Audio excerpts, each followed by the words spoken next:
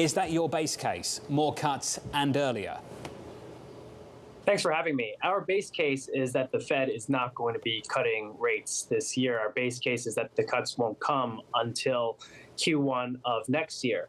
However, that being said, when we look at our quantitative data, in particular, looking at the re-steepening of the U.S. yield curve, looking at what the options markets are telling us, and looking at one of Powell's favorite indicators, the near-term forward spread, all of these quantitative indicators suggest to us that even though our base case is for no rate cuts this year, it doesn't preclude the markets from pricing in more and earlier rate cuts.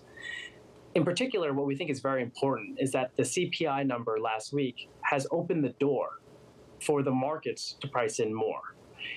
Specifically, we think there's an asymmetry around the data going forward, and that is with all this concern and caution around the regional banking issues, we think it will require a long string of strong data for the markets to price in a longer hiking cycle, but it'll only require a few more weak prints for the markets to push the Fed and price in even more cuts. So you describe an asymmetric situation then, so push that through the bond market. What's the call now for the front end of the yield curve from you and the team?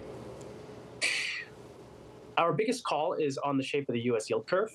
We see a quite significant steepening in the curve, driven by a rally in the front end. Specifically in 2s, 10s, we're looking at that to get back positive again by the end of the year. And we like the steepening trade because we think it could really benefit from two different scenarios.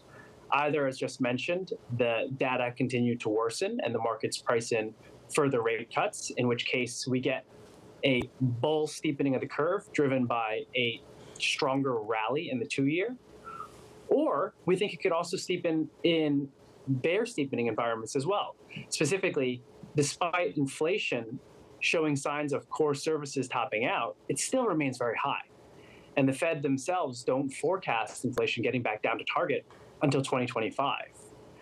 So for us, we also see a scenario where if these regional banking issues are not nearly as bad and the Fed has acted very cautiously, that the markets could inject more inflation risk premium into the curve, in which case it hurts the 10-year significantly more than the 2-year, in which case the 10-year sells off and we still steepen. So for us, because it's such an elegant trade where it can work in both bull and bear scenarios, one of our strongest views still remains on that steeper curve.